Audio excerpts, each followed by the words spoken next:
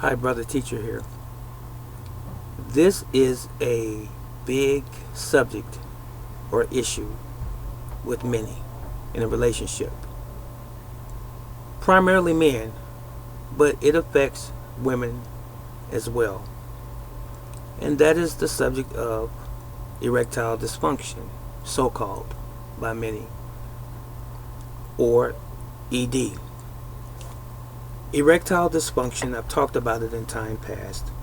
I have a few videos on it already, and I received tons and tons and tons of response and praises on those videos.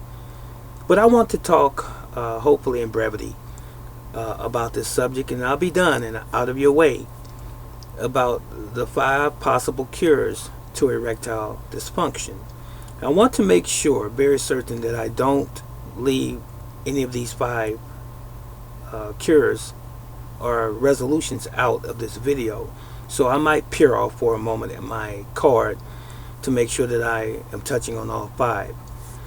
But in relationships, they are more than just mental. When you're in a relationship with your significant other, it's physical as well. As a matter of fact, lovemaking is the strongest expression of love through physical sexual contact. So it stands to reason that you want to enjoy the act of sex, both partners.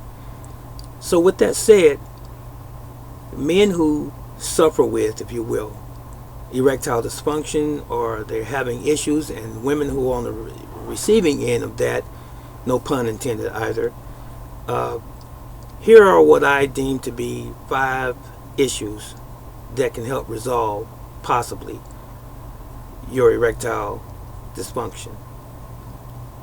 These are things that you must do, or should do, if you want to have a great experience with your loved one. The first thing you should do, and it's been proven scientifically, is to stop smoking. It diminishes your sex drive. You can do the research on your own. I'm just going to tell you these 5 things coming from me. Do not smoke. Okay, that's number 1.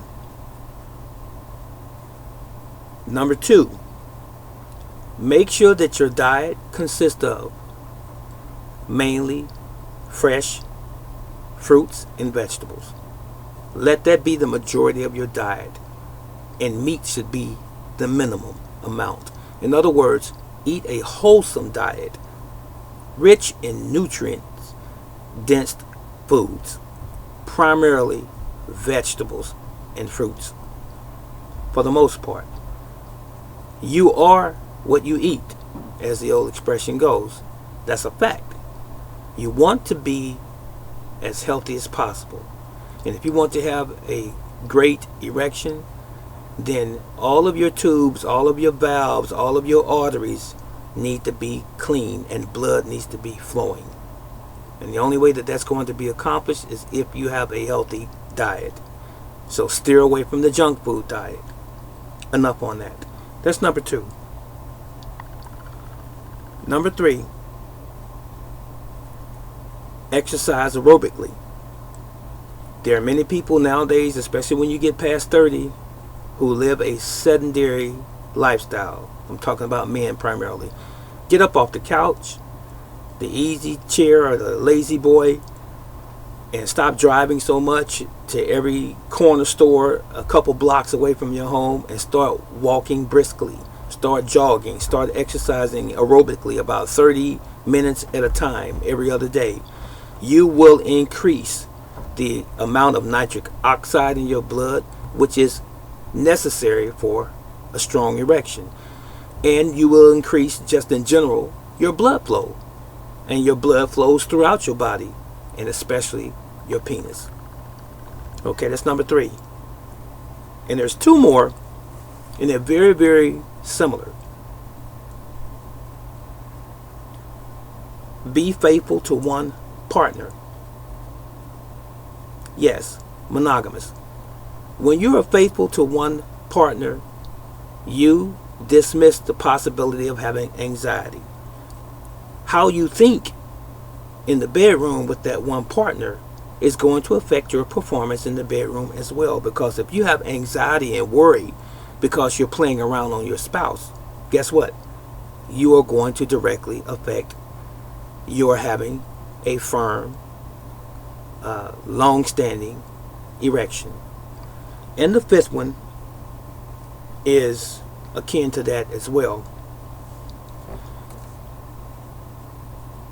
Some say men should get a vasectomy, a vasectomy. Okay, that means have your vas deferens cut, snipped, so you don't have to be concerned about getting someone pregnant.